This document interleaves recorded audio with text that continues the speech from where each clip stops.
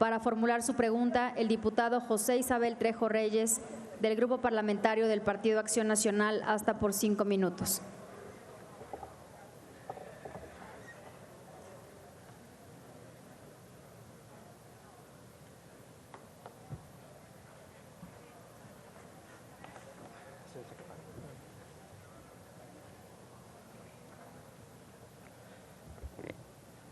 Con su permiso, señora presidenta. Adelante, diputado. Honorable Cámara de Diputados, maestro Arturo Herrera, secretario de Hacienda y Crédito Público. Como usted ha dicho aquí en esta tribuna, hay muchos datos. Todos parecemos tener diferentes datos.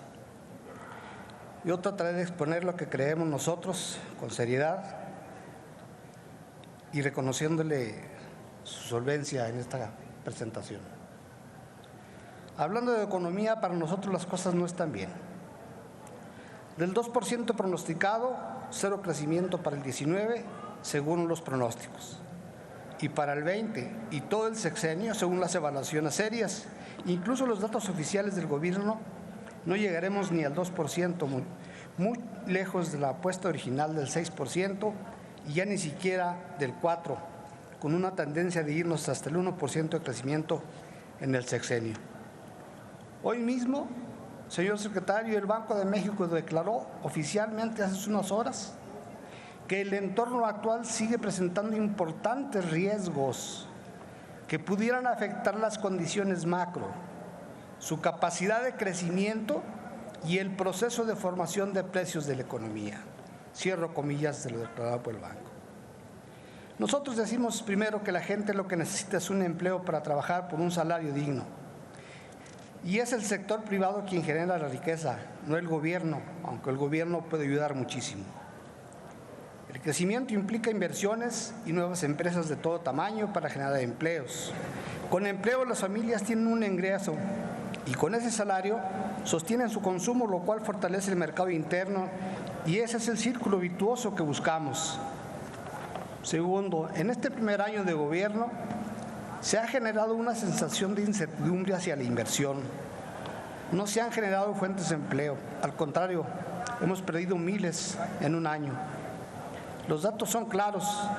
Al respecto, acaba de declarar también hace unas horas el Banco de México que se deben impulsar medidas que propicien un ambiente de confianza y certidumbre para la inversión, mayor productividad y sostenibilidad de las finanzas públicas. Cierro comillas, lo declara el Banco de México hace unas horas.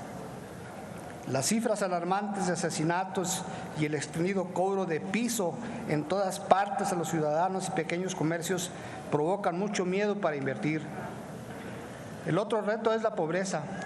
Según la Coneval, hoy en día el 42% de la población vive en condición de pobreza, es decir, 4 de cada 10 mexicanos.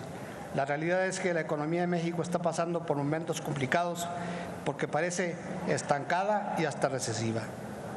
Creemos que este gobierno, señor secretario, debe de acelerar incentivos para la inversión, ya que la disminución del proyecto del gasto del 2020 llega a menos 6% el gasto de inversión pública en infraestructura. Así, se están dejando solo a los particulares las expectativas de crecimiento. El actual gobierno no ha generado riqueza. Nosotros creemos que vive de lo que dejaron los gobiernos antecesores. En materia de deuda pública nos preocupa su potencial crecimiento por 2 razones, señor secretario. 1, la tendencia de una recaudación magra y quizá a la baja a pesar de la draconiana casi persecutoria próxima reforma fiscal. Y 2, el muy dudoso crecimiento petrolero con un plan de negocios de Pemex generalmente criticado. Ya lo dijo también el Banco de México hoy mismo, que se tiene que atender el deterioro de la calificación crediticia soberana y la de petróleos mexicanos. Con estos dos factores, sin duda, podríamos llegar a un endeudamiento de hasta un 50% del Producto Interno Bruto al final del sexenio, según algunos números nuestros.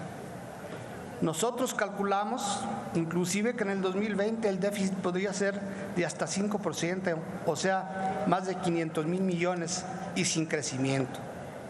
Hay otro factor que intranquiliza y que usted lo conoce perfectamente bien: el inevitable gasto de las pensiones, que puede llegar a los 965,000 millones. Por lo anterior, señor secretario, cuando usted asumió su cargo, anunció enfáticamente acabar con el subejercicio del gasto e implementó una medida de gasto que parecía, y para que nosotros fue contracíclica, de casi 500,000 millones.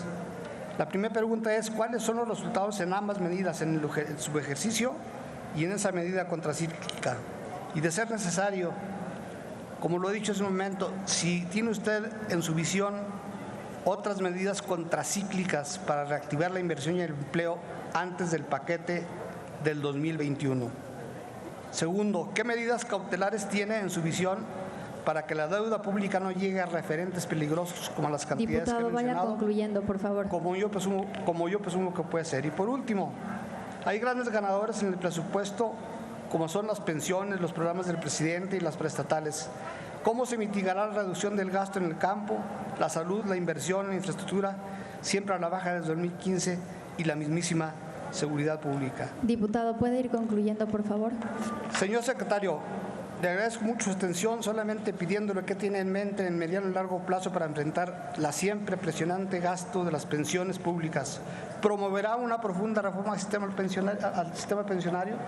Muchas gracias, señor secretario, por su atención. Gracias, diputado.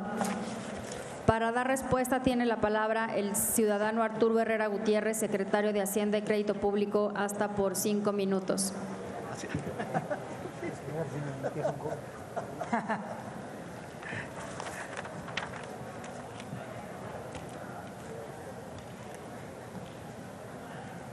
Gracias.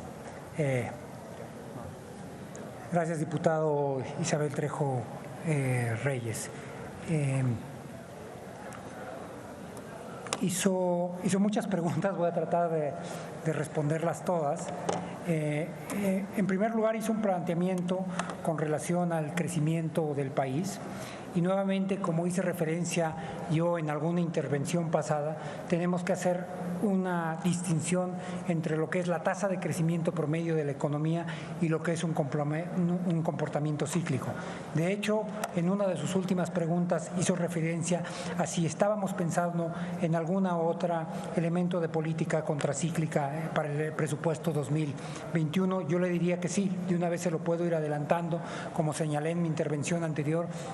Nosotros queremos plantear la creación de un programa contracíclico de manera muy explícita. Hizo una pregunta sobre, primero hizo una aseveración que iba ligada a una pregunta donde decía que para que el país crezca se necesita la inversión del sector privado. Estoy absolutamente de acuerdo con usted. De hecho, lo que yo señalé hace alguna hora más o menos era que el total de la inversión en el país es del 23% del PIB. De ese 23% del PIB, solamente 2.9% de la inversión viene del sector público. Es decir, el restante, alrededor del 20% del PIB es inversión del sector privado nacional y del sector privado extranjero. La inversión pública nacional y extranjera son cruciales. De hecho, el monto específico es: el sector privado en su conjunto invierte 6.7 veces lo que invierte el sector privado. Por eso, como usted correctamente dice, para que nosotros crezcamos tenemos que generar las condiciones para que el sector privado se sienta cómodo para poder invertir. Déjeme ahora decir cuáles son esas condiciones en nuestra opinión, porque son a las que usted hizo referencia. Una muy importante es que tengamos un sector financiero más dinámico. Nuestro sector financiero se parece más a los sectores financieros de Centroamérica que a los sectores financieros de los que son nuestros pares naturales: Chile, Uruguay, Argentina, Brasil. De hecho, nosotros tenemos 145 empresas que cotizan en la Bolsa Mexicana de Valores. Chile tiene más de alrededor de 220 empresas que cotizan en la Bolsa Mexicana de Valores, pero Chile tiene una población de 18 millones de habitantes. Así es que si nosotros nosotros corregimos por inflación, hay un múltiplo como de 8 o 9 veces más empresas que hay. Todas esas son las cosas que nosotros tenemos que asegurarnos que sí. ¿Qué es lo que necesita el sector privado? Necesita un marco macroeconómico estable, necesitamos, y eso es algo de lo que nosotros estamos trabajando, en asegurarnos que la banca de desarrollo está operando de manera correcta en todo el sector privado. Le doy 2 ejemplos recientes de lo que hemos estado haciendo. Por ejemplo, a través de Nafinsa estamos dando créditos a aquellos, no nada más que tienen ya facturas por cobrar, sino aquellos que tienen contratos con el gobierno, tal forma que les adelantamos el capital de trabajo, pero al mismo tiempo nosotros controlamos la fuente de repago, porque sabemos cuándo se le va a pagar el contrato del gobierno. Otro ejemplo es el ejemplo de lo que hicimos con Fonacot. Uno de los primeros síntomas de que una economía se está desacelerando, o cuando una economía está desacelerando, hay 2 síntomas: una caída del sector de la construcción y una caída del consumo de bienes duraderos. Para atacar este segundo problema es que estamos implementando alrededor de 1.2 millones de créditos a través del Fonacot. Déjeme, como solamente tengo 1.20 minutos, tratar de irme súper rápido. ¿Qué otros temas, además del fortalecimiento del sector financiero, nosotros creemos que tienen que ser muy importantes? Uno es el Estado de Derecho. Por eso algunas de las medidas que tienen que ver con pagar los impuestos van orientadas allá. Pero déjeme decirle cuál es uno de los más importantes, y me parece que es significativo que yo lo pueda mencionar en esta Cámara, en esta legislatura donde hay paridad. Uno de los principales problemas que tiene México para crecer es que solamente el 54% de las mujeres que están en edad de trabajar está en la población económicamente activa. Esta cifra sitúa a México entre Honduras, estamos un poco arriba de ellos, y abajo de El Salvador. Seguramente hay temas culturales, pero no creo que México es un país machista, pero no sé si es más machista que Bolivia, que Ecuador, que Brasil, que Argentina, que Chile, que son países que tienen cifras de participación de las mujeres muchísimo más altas que México, y en ese sentido es algo en lo que nosotros tenemos que seguir trabajando. Finalmente, querría hacer en 15 segundos, una referencia a la parte de la deuda. Hay 2 formas en las que se controla la deuda. Una, cuando se le deja que sea solamente el crecimiento en función de la brecha de los ingresos, que es como ocurre en muchos países de América Latina, y otra como se hace en México. Y como se hace en Chile, por cierto, donde primero se fija cuál es el techo de endeudamiento, después se fija cuáles son los ingresos, y es hasta un tercer momento que se aprueba el presupuesto de egresos.